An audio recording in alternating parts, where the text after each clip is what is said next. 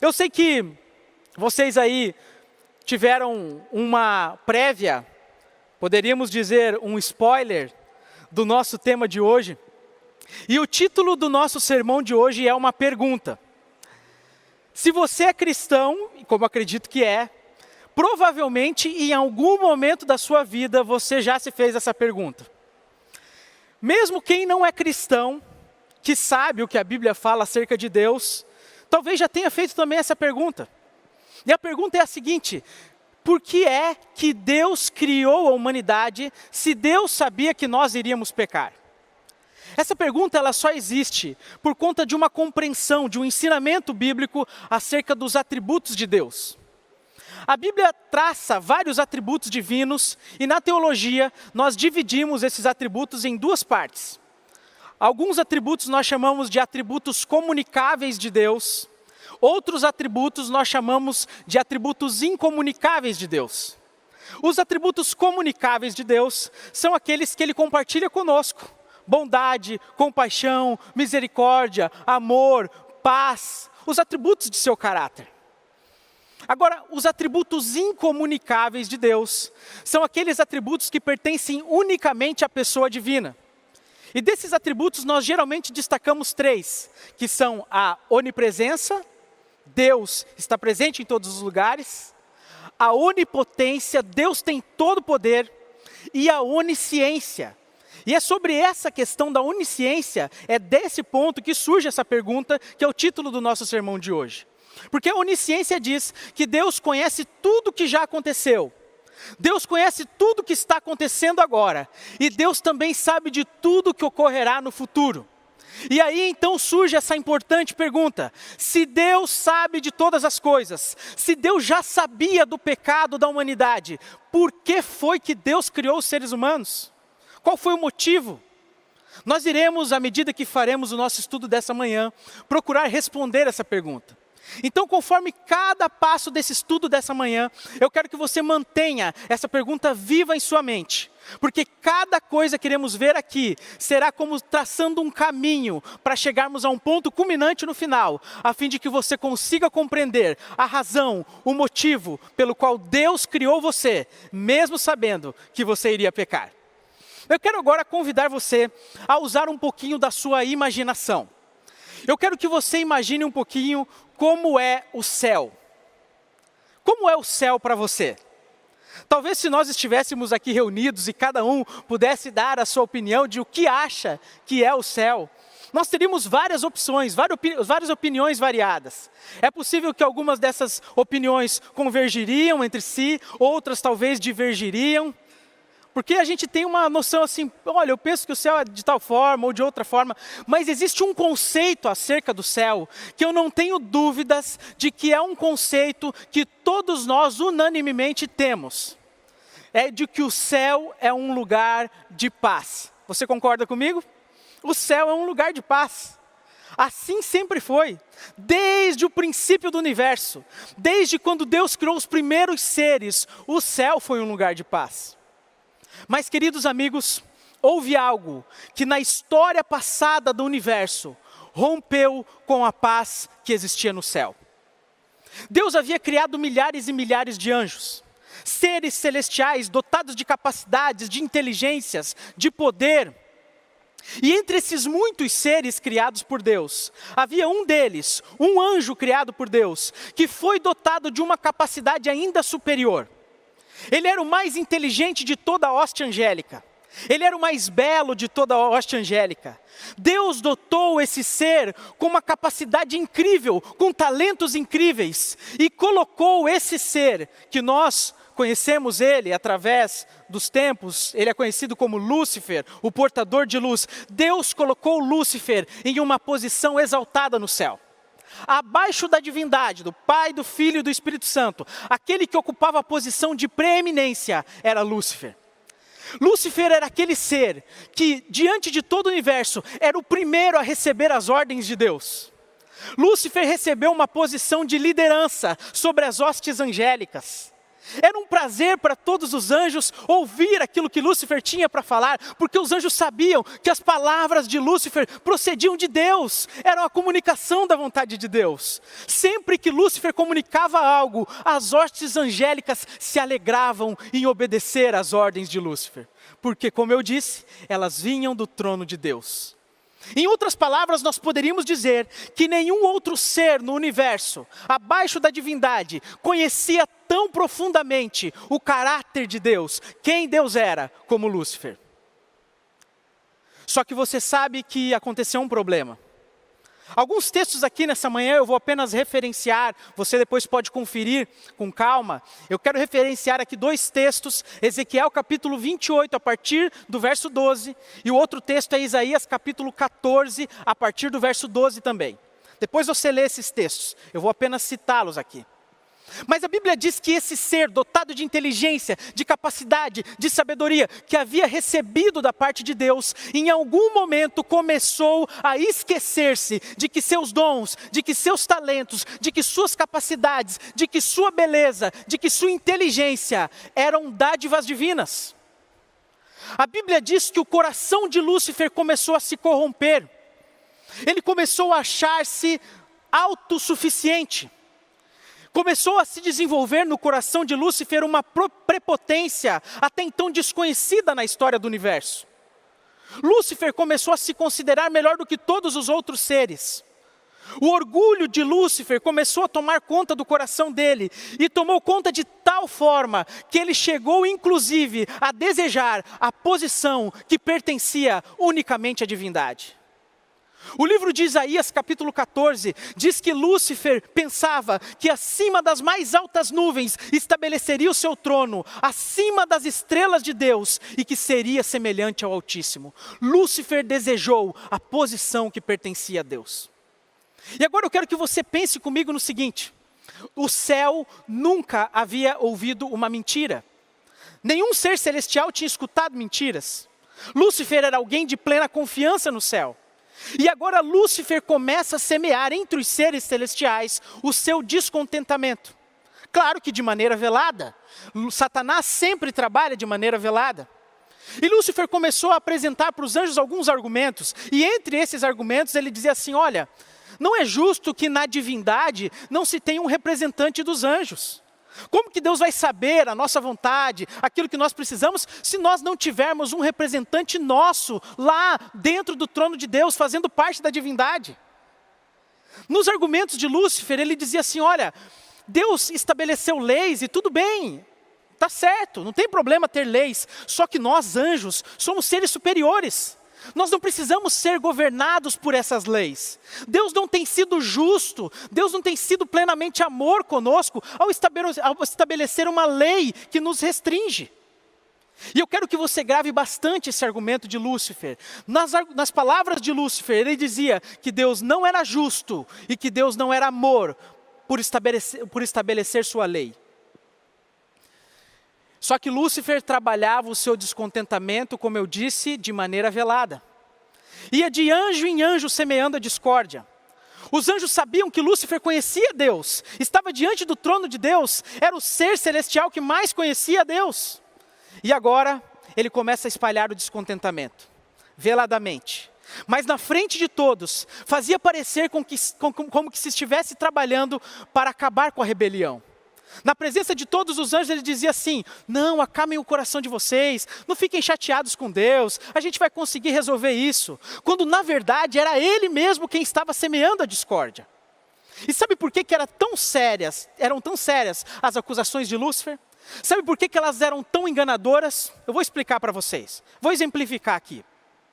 Imagine o seguinte: que nesse momento, enquanto eu estou pregando aqui, entrasse pela porta da igreja, subisse até aqui o púlpito, uma pessoa embriagada. E essa pessoa embriagada pegasse o microfone e dissesse assim: pare de escutar o que esse pastor está falando, o que ele está pregando é uma mentira, esse pastor não vive nada do que ele fala. Eu pergunto para você, quantos de vocês que estão aí me assistindo acreditariam na palavra dessa pessoa embriagada que não me conhece? É bem provável que a maioria de vocês não acreditaria. Quem sabe todos deixariam de acreditar. Agora eu vou mudar a cena, preste atenção. Imaginem que enquanto eu estou pregando aqui para vocês, quem subisse aqui em cima fosse a minha esposa, a Daiane, que inclusive está me assistindo agora, e eu te mando um beijo, meu amor, você e os meus 2 pequenos, Samuel e Natan. E imagine que a Daiane subisse aqui à frente, e a Daiane pegasse o microfone, e agora a Daiane dissesse assim: não acredite em nada do que o pastor Lucas está dizendo, porque ele é um falso, ele não vive nada do que ele prega, as coisas que ele fala aqui no púlpito, ele não vive dentro de casa, ele é um adúltero, ele é um mentiroso, ele é um ladrão, ele é isso, ele é aquilo outro. Pergunto para vocês, e agora? Vocês acreditariam? É bem provável que uma boa parte de vocês que estão assistindo acreditariam. E aqueles que não acreditassem 100% ficariam em dúvidas. E há uma razão para isso, sabe por quê? Porque não tem ninguém nessa terra que me conheça melhor do que a minha esposa. Ela convive comigo todos os dias. É justamente por isso que as acusações de Lúcifer contra Deus tiveram um peso tão sério, porque ele era entre os seres celestiais aquele que mais conhecia a Deus. A rebelião foi ganhando proporções, Deus deixou com que a rebelião se amadurecesse para que todos pudessem ver o que estava acontecendo. Lúcifer foi exortado, tentaram fazer com que ele voltasse de sua posição, mas ele não quis saber. Lúcifer estava disposto a tomar o trono de Deus, nem que fosse pela força. E num determinado dia, Deus fez um grande concílio, reunindo todos os seres celestiais, para que na presença de Deus, cada anjo pudesse tomar sua decisão. Naquele dia, em ousada rebelião contra Deus, Lúcifer se levanta, diz que ele é o líder sim de uma rebelião, que deseja estabelecer um governo que vai ser melhor que o governo de Deus, que Deus não era justo e que Deus não era amor, e que o governo que ele tinha para estabelecer seria um governo muito superior ao governo que Deus tinha. E apresentou milhares de anjos que haviam tomado sua posição. E foi justamente nesse momento que a Bíblia diz que o céu, que até então era um lugar de paz, se tornou o palco de um grande conflito do bem contra o mal. Se tornou uma cena de guerra. Uma das frases mais tristes que nós encontramos dentro da Bíblia é a frase de Apocalipse 12 que diz: houve guerra no céu. O céu entrou em guerra. Mas para a honra e glória de Deus, Lúcifer, que agora se tornou o adversário, Satanás, foi expulso. Ele e os seus anjos expulsos do céu. Mas embora Lúcifer e seus anjos, Satanás e seus anjos tivessem sido expulsos do céu, de alguma maneira ainda permanecia a dúvida. Será que Lúcifer estava certo em suas acusações? Será que Deus não era justo e amor, como dizia ser? Será que as acusações de Satanás têm algum fundo de verdade? Foi justamente nesse momento em que Deus decidiu levar a cabo a sua obra de construir, de criar o planeta Terra. Deus planejou criar o planeta Terra fora do âmbito do conflito. Se Deus tivesse destruído Satanás lá no céu, no momento em que houve a rebelião, os seres celestiais deixariam de adorar a Deus por amor e passariam a adorá-lo por medo. Por isso Deus permitiu que ele permanecesse vivo. E agora Deus cria o planeta Terra fora do âmbito do conflito. Um ser criado diferente, aqui na Terra, agora com um mundo perfeito, tendo a liberdade de escolher que lado do grande conflito irá seguir.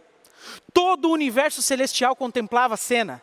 Todo o universo celestial viu Deus fazer o planeta Terra, Deus criar cada coisa perfeita, colocar os animais, formar o homem do pó da terra, tirar Eva da costela de Adão.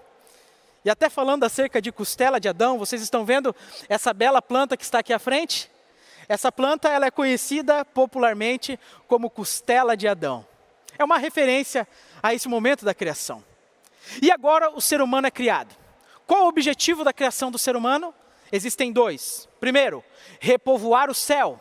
Segundo, demonstrar diante de todo o universo se as acusações de Lúcifer eram verdadeiras ou falsas. O homem, agora criado fora do âmbito do conflito, demonstraria por sua própria atitude se escolheria unir-se a Deus e seguir a Deus por amor, tendo liberdade de escolha, ou se decidiria unir-se ao arqui-rebelde, ao grande inimigo de Deus, Satanás. O homem é criado perfeito, Eu quero que você abra a sua Bíblia aí em Gênesis capítulo 1, nos versículos 26 a 28. Você vai encontrar que Deus criou o homem à sua imagem, conforme a sua semelhança. E no versículo 28 é dito que Deus, ao criar o ser humano, Deus dá domínio para o ser humano. É como se a Bíblia estivesse dizendo que Deus estabeleceu Adão e Eva como os reis dessa terra, como os mordomos de Deus, aqueles que seriam os representantes de Deus aqui. Não se esqueça em nenhum momento da nossa pergunta inicial: por que Deus criou o ser humano sabendo que nós iríamos pecar? E não se esqueça também do contexto da criação, o contexto do conflito. Será que Satanás está certo? Será que Satanás está errado? Deus coloca então Adão e Eva num jardim. No verso 26, abra sua Bíblia em Gênesis capítulo 2, ou melhor, no verso 16 de Gênesis capítulo 2, Deus dá uma ordem para Adão e Eva. E a ordem diz assim, olha só, verso 16: de toda a árvore do jardim comerás livremente, mas da árvore do conhecimento do bem e do mal não comerás, porque no dia em que dela comerdes, certamente morrerás. A ordem de Deus era clara e direta. Vocês podem viver nesse jardim eternamente, só há uma condição. A condição é a obediência. Não comam do fruto dessa árvore. Vocês têm milhares de árvores frutíferas aqui, podem desfrutar de todas elas, mas dessa aqui, não comam, porque no dia em que dela comeres, certamente morrerás. Eu quero que você grave que Deus havia dito que eles morreriam no mesmo dia que comessem do fruto. Eu pergunto a você, era uma prova grande? Considerando aquele belo jardim, tudo que Deus havia feito, tantas árvores frutíferas que existiam, só de uma não podia comer, era uma grande prova? É claro que não. Só que Adão e Eva também foram instruídos por Deus, de que através daquela árvore do conhecimento do bem e do mal, Satanás, o grande inimigo, teria acesso a eles. Eles foram instruídos de que havia uma batalha, havia um conflito, e deveriam tomar posição ao lado da verdade, ao lado de Deus. Uma outra coisa que eu gostaria de chamar a atenção de vocês, em Gênesis capítulo 2, está ali no versículo 24. O texto diz: por isso, deixa o homem pai e mãe, e se une à sua mulher, tornando-se os dois uma só carne. De acordo com Deus, o homem e mulher deveriam estar unidos, seriam uma só carne. A união entre o casal deveria ser a união mais íntima. Unidos, eles estariam mais preparados, mais firmes para resistir aos ataques desse inimigo que rondava pelo jardim. Deveriam permanecer unidos. E assim é com todo casal. Querido amigo, querida amiga, o casal precisa ser um casal unido. Porque quando o casal está unido, consegue mais facilmente resistir aos ataques de Satanás. Só que, amigos, infelizmente, desconsiderando os conselhos de Deus, Eva tomou uma posição errada. Antes de falar sobre a posição errada de Eva, eu quero apenas que você leia o final do verso 25 de Gênesis 2. E essa passagem é interessante, porque diz assim: ora, um e outro, homem e sua mulher, estavam nus e não se envergonhavam. Adão e Eva estavam nus e não se envergonhavam. Mas por que eles não se envergonhavam? O livro dos Salmos, no Salmo 8, verso 5, a Bíblia diz que havia uma cobertura de glória sobre o ser criado por Deus. O homem e a mulher não se envergonhavam porque a nudez deles não aparecia. A glória de Deus os cobria. Eles eram revestidos pela glória de Deus. E agora, entramos em Gênesis 3. Nós não vamos ver vários detalhes dos primeiros versos de Gênesis 3, porque há 2 semanas atrás já fizemos isso. Eu quero olhar outros aspectos desse texto com vocês hoje. Mas vocês conhecem a história que Eva agora, contrariando o conselho de Deus de que era para ela e Adão estarem unidos, ela começa a passear pelo jardim. E ela se depara com a árvore que Deus disse que não era para comer. E Eva ouve as insinuações de uma bela serpente, que era um lindo animal, que voava, que Ellen White diz que brilhava com as cores do arco-íris, um animal esplendoroso. Mas aquele animal falava, e ele encantou Eva, ele lisonjeou Eva, e Eva decidiu, então, pegar daquele fruto e comer. Lembre-se do contexto do grande conflito. Todo o céu está observando a cena. Todo o céu está observando a tentação. Todo o céu está vendo agora a decisão de Eva de se unir ao grande inimigo de Deus, Satanás. Será que as acusações de Satanás estão corretas? Será que Deus não é amor e Deus não é justo porque a humanidade está decidindo se unir a Satanás? Diz a Bíblia então no verso 6 que Eva pega do fruto, leva para o seu marido e ele come. Eu quero destacar algo importante acerca de Adão. No livro de 1 Timóteo, capítulo 2, a Bíblia traz uma informação muito importante acerca de Adão. 1 Timóteo 2,14 diz que Eva foi enganada pela serpente, mas que Adão não foi enganado. Sabe o que isso significa? Isso significa que quando Eva chegou a Adão com o fruto da árvore proibida e contou a Adão tudo o que havia acontecido, Adão entendeu o que tinha acontecido. Adão entendeu que a serpente era o inimigo de Deus. Adão entendeu que Eva havia transgredido a vontade de Deus. Adão soube, através da fala de Eva, de que Eva estava agora condenada à morte. E naquele momento, o amor de Adão por Eva suplantou o amor de Adão por Deus. Se Eva teria que morrer, Adão decide seguir o mesmo destino que ela.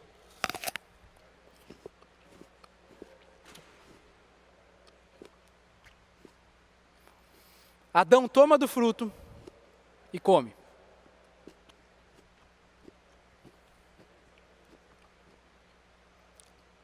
Tá boa a maçã. Como está o universo celestial nesse momento? O universo celestial está em crise. Todos os seres celestiais veem que o ser humano, criado por Deus, para ajudar a resolver o problema do conflito no céu, agora se torna uma parte do problema. Os seres humanos decidem se unir a Satanás em sua rebelião. E agora, a Bíblia diz que Deus irá tomar uma medida. A primeira consequência do pecado de Adão e Eva está ali no versículo 7. Leiam comigo o versículo 7. Diz que abriram-se então os olhos de ambos, e percebendo que estavam o quê? Nus, coseram para si folhas de figueira e fizeram cintas para si. A primeira consequência do pecado de Adão e Eva foi a nudez. A glória de Deus que os cobria se foi. Perderam a bênção divina, estavam agora nus. E eu quero que você grave essa informação. A primeira consequência do pecado foi a nudez. E como todo ser humano carnal, quando peca, faz, Adão e Eva também tentaram fazer. A Bíblia diz que eles pegaram folhas de figueira, tentaram cobrir sua nudez, esconder seus pecados. Mas deu certo? Você sabe, tanto quanto eu, que não. Porque quando Deus aparece no jardim, eles se escondem porque estavam nus. Sabe o que isso significa? Significa que você pode sim esconder os seus pecados das outras pessoas. Você pode ocultar suas falhas dos seres humanos. Você pode andar com um manto de santidade ao redor de si.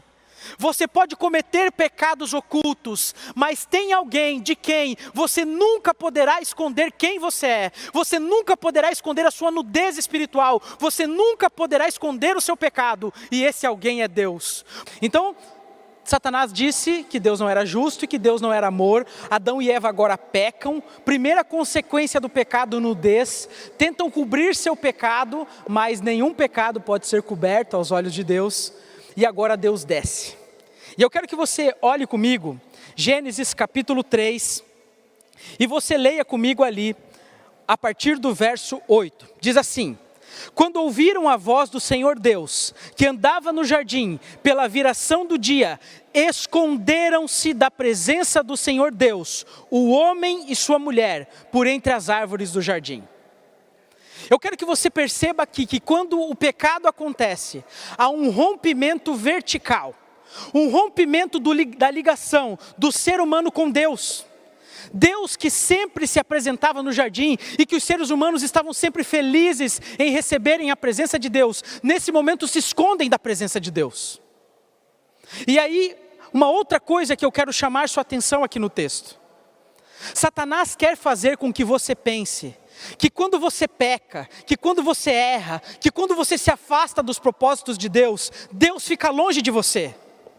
Mas não é isso que o texto bíblico nos ensina. O que o texto bíblico nos diz é que quando os nossos primeiros pais pecam, Deus vem ao encontro dos nossos primeiros pais. Deus toma a iniciativa da salvação. Não é Deus que se afasta de nós quando nós pecamos, somos nós que nos afastamos de Deus. Deus vem ao nosso encontro, Deus quer nos restaurar, Deus quer nos salvar, Deus quer nos transformar. E Deus agora se aproxima de Adão e Eva. Imagine a cena do conflito, o universo celestial está assistindo a cena, e agora Deus se aproxima. E Deus se dirige a Adão com uma pergunta. No verso 9 diz assim: e chamou Deus ao homem e lhe perguntou, onde estás? Eu pergunto a você, Deus sabia ou não sabia onde Adão estava? Deus sabe de todas as coisas, Deus sabia. Por que Deus pergunta? Porque Deus deseja ouvir uma confissão. Deus deseja tocar o coração de Adão. Deus deseja trazer Adão ao arrependimento. E aí no versículo 10, Adão responde: ouvi tua voz soar no jardim, e porque estava nu. Ué, ele não tinha se coberto com figueira? Mas não adianta, Deus enxerga todas as coisas. E porque estava nu, tive medo e me escondi. Um dos efeitos que o pecado trouxe também ao ser humano, não foi só o rompimento da sua ligação com Deus, foi também o rompimento de sua ligação consigo mesmo.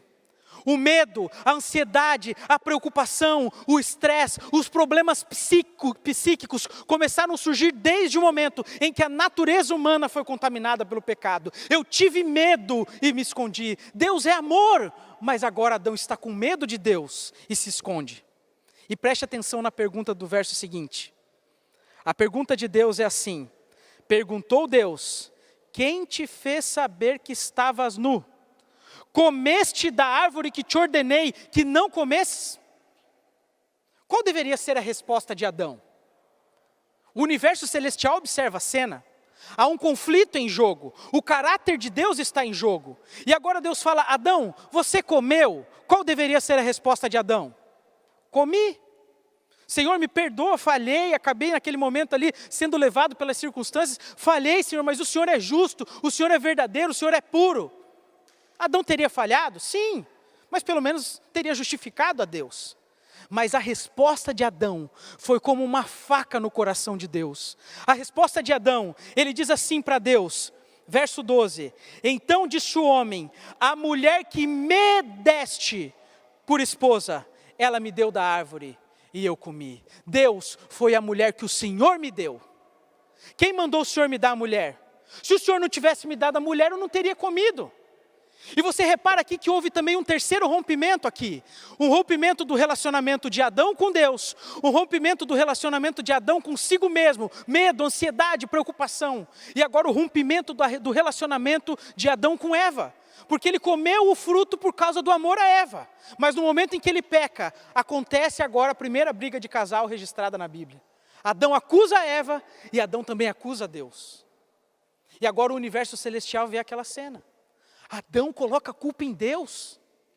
E Deus se volta para a mulher, esperando que da mulher pudesse extrair alguma coisa. E quando ele olha para a mulher e diz no verso 14, no verso 13, o que é isso que você fez, Eva? O que a Eva respondeu?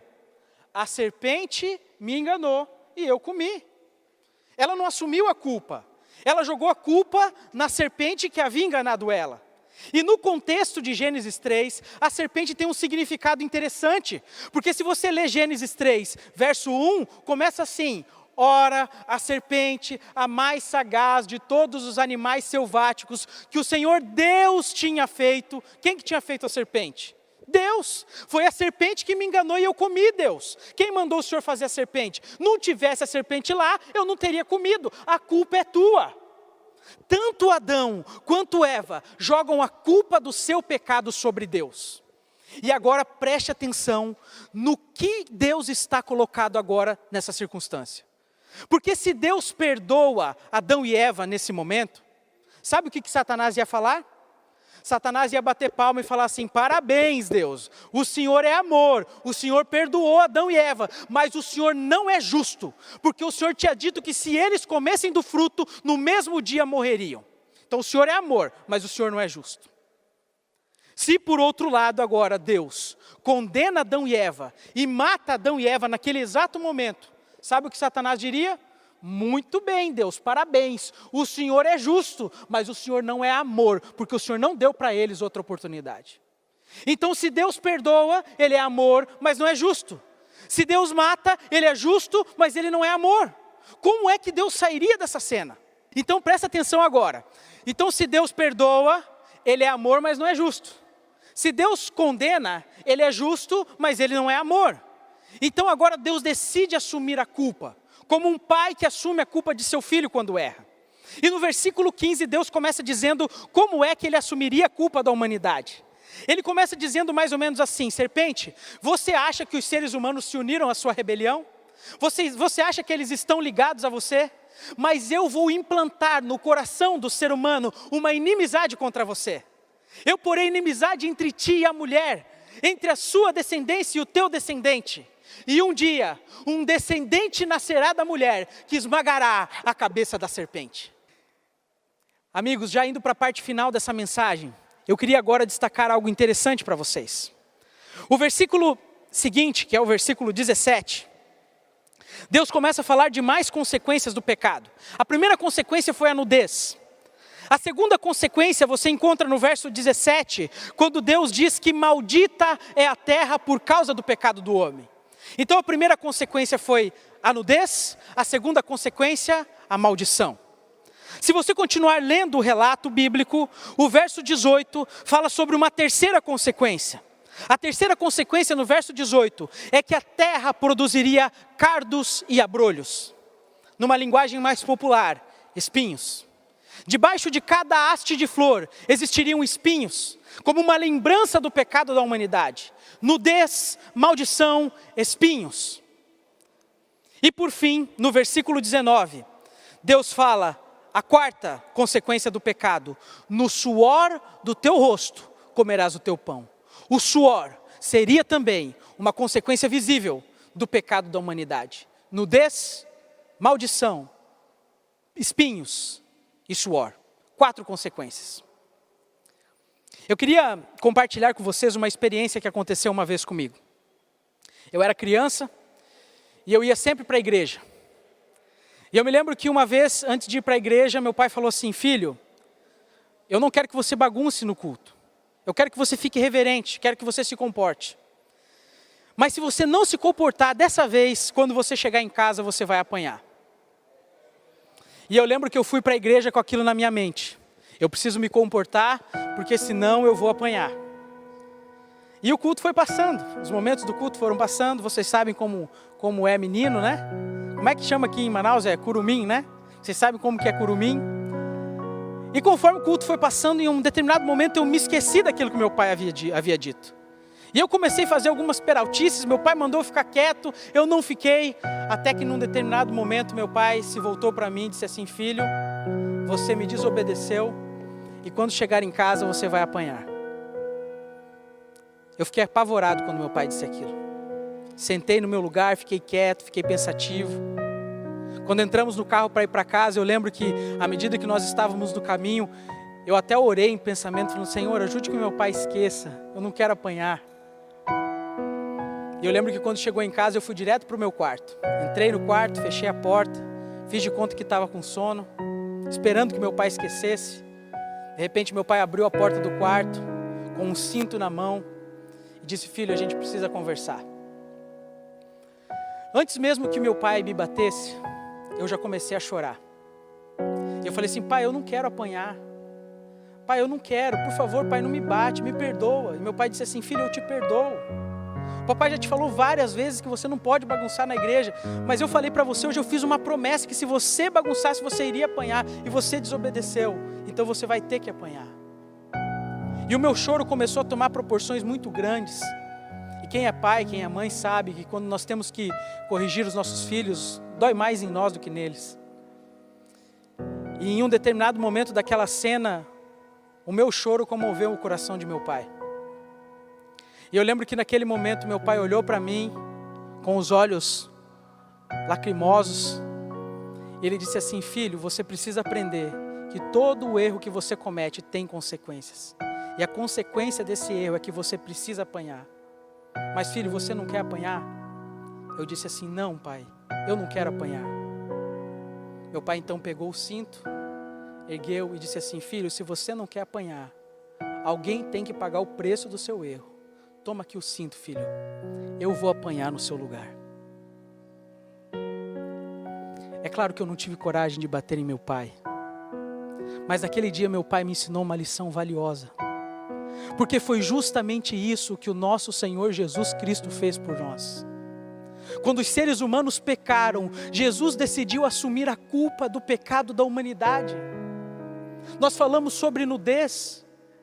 É muito bonito olhar aquela figura de Jesus crucificado, tendo um pano cobrindo suas partes íntimas, mas essa não era a realidade dos fatos. Os crucificados pelo Império Romano eram crucificados plenamente nus.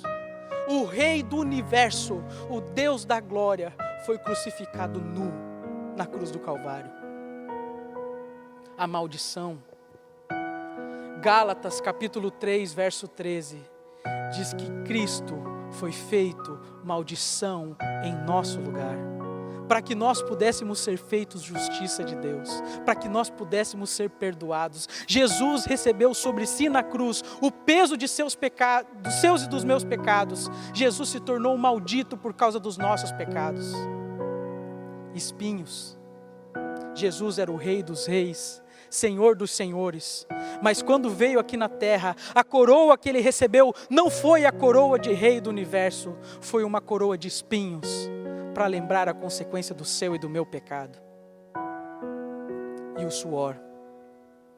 O Evangelho de Lucas diz que quando Jesus estava no jardim do Getsêmani, ao receber o peso dos pecados do mundo todo sobre si, a angústia que Jesus sentiu foi tão grande, que ele suou gotas de sangue.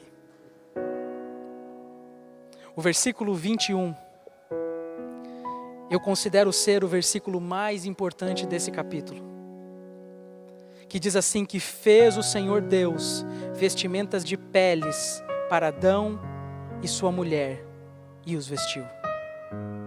Para que a pele de um animal seja tirada,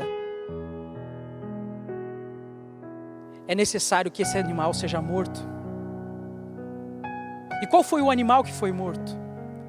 Apocalipse capítulo 13, verso 8, fala acerca do Cordeiro de Deus, que foi morto desde a fundação do mundo. Deus havia dito para Adão e Eva assim, no dia em que vocês comerem, vocês morrerão. Sabe por que Adão e Eva não morreram no mesmo dia que eles comeram do fruto proibido? Porque o Cordeiro morreu no lugar deles. Através do sacrifício do Cordeiro de Deus, Deus provou diante de todo o universo celestial que Ele é justo, porque Ele pagou o preço do pecado, e que Ele é amor, porque através de seu sacrifício, Ele deu a oportunidade de os seres humanos serem restaurados e desfrutarem da vida eterna. Por que Deus criou o ser humano, mesmo sabendo que o ser humano iria pecar? Uma vez eu ouvi uma história de um pastor, um colega, que contou que ele chegou num distrito pastoral e logo que ele havia chegado, numa madrugada, o telefone tocou. Era uma mãe, desesperada, chorando. Aquela mãe dizia assim, pastor, me perdoe o horário, mas eu preciso que o senhor venha urgentemente na minha casa. E o pastor falou assim, mas o que aconteceu? E aquela mulher disse assim, pastor, eu tenho um filho, uma criança. Esse meu filho, ele nasceu com deficiências. E os médicos me disseram que ele não viveria muito tempo. E que o sinal que eu teria de que meu filho estaria próximo a morrer é quando ele estivesse tendo muitas convulsões. E pastor, o meu filhinho está convulsionando a cada 20 minutos. O senhor pode vir aqui na nossa casa orar por nós? Aquele pastor rapidamente pegou o seu carro, foi até aquela casa, entrou e viu aquela cena triste. Aqueles pais desesperados com aquela criança pequena, sofrendo tanto. A criança não falava, a criança não enxergava, a criança não andava.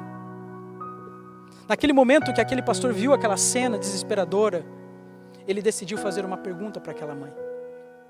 A pergunta que ele fez para aquela mãe foi a seguinte, mãe, se antes de você engravidar, você soubesse que seu filho não iria falar, que seu filho não iria andar, que ele teria muitos defeitos, que ele não iria comer sozinho, que ele seria um bebê acamado a vida inteira, que ele tomaria todo o seu tempo, que seria um grande desgaste para você, que ele teria todas essas deficiências, se antes de você engravidar, você soubesse que seu filho seria assim, você teria, do mesmo jeito, escolhido ter o seu filho?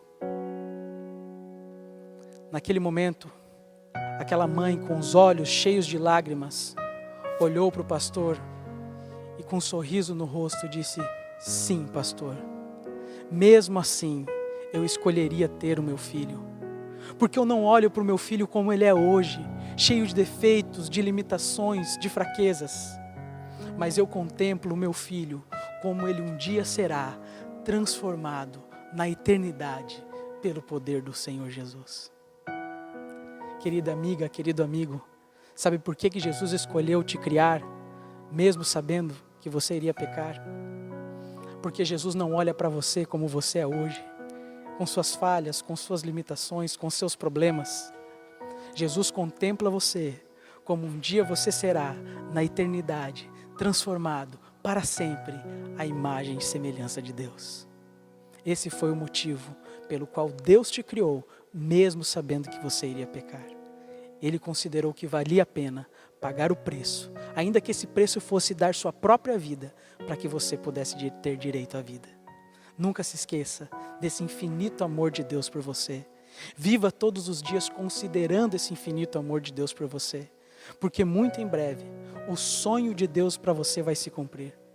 Esse sonho vai se cumprir naquele dia em que a Bíblia diz que nós veremos uma pequena nuvem do tamanho da metade da mão de um homem, e que nós veremos esse céu se desenrolar como um pergaminho, e veremos Jesus assentado no centro do trono, e naquele dia Jesus vai olhar para você e vai dizer assim: vinde, bendito de meu Pai, e possua o reino que está preparado para você desde a fundação do mundo. Sobre o pouco você foi fiel, sobre o muito te colocarei. Entra na alegria do teu Senhor. Que Deus abençoe você e que nesse sábado você permaneça ao lado do nosso Senhor Jesus. Vamos falar com Deus? Querido e amado Deus, apesar de todas as dificuldades que tivemos ao transmitir esse culto, nós louvamos o teu santo nome, porque o Senhor nos deu a alegria de conseguirmos chegar nessa mensagem até o fim. Obrigado, Senhor, pelo imenso sacrifício de Jesus. Obrigado porque através desse imenso sacrifício, as acusações de Satanás contra o Senhor foram eliminadas, porque o Senhor demonstra para nós que o Senhor é justo e que o Senhor é amor. Obrigado pela decisão que o Senhor tomou, mesmo sabendo do alto preço que teria que ser pago. Obrigado porque o Senhor escolheu nos criar. E obrigado porque o Senhor escolheu nos redimir e nos salvar. Eis-nos aqui, Senhor. Entregamos a nossa vida e o nosso coração em Tuas mãos. Cumpra em nós os Teus propósitos. Em nome do Senhor Jesus. Amém.